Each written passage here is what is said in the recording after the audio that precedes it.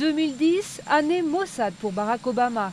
Le président américain a certes connu de grandes victoires, insuffisantes selon les électeurs qui ont désavoué le Parti démocrate lors des législatives en novembre.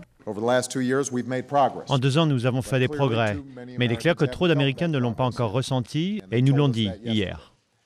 Obama a tout de même concrétisé des promesses de campagne importantes, le retrait progressif des troupes d'Irak et d'Afghanistan, la réforme de la régulation du système financier et sans aucun doute la plus controversée, la réforme de la santé qui va donner une couverture à des dizaines de millions d'Américains.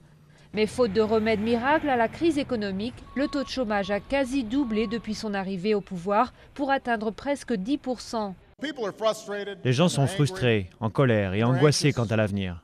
Et je peux le comprendre.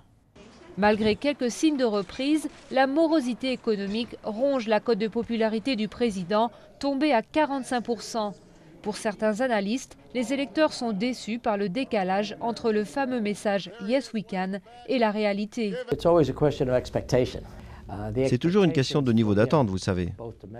Pour lui, les attentes sur le plan national et international étaient tellement importantes que c'était très difficile d'y répondre. Avec une partie du Congrès aux mains de l'opposition à partir de janvier, il sera impossible pour Obama de passer des réformes sans faire des compromis. Ce qu'il a déjà commencé à faire en décembre en acceptant un arrangement avec les républicains sur la question des impôts.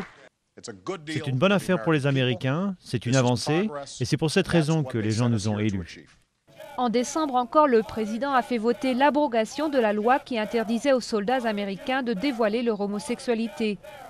Une réussite qui vient compléter une série de victoires remportées in extremis et qui pourrait lui être salutaire dans la perspective des élections de 2012.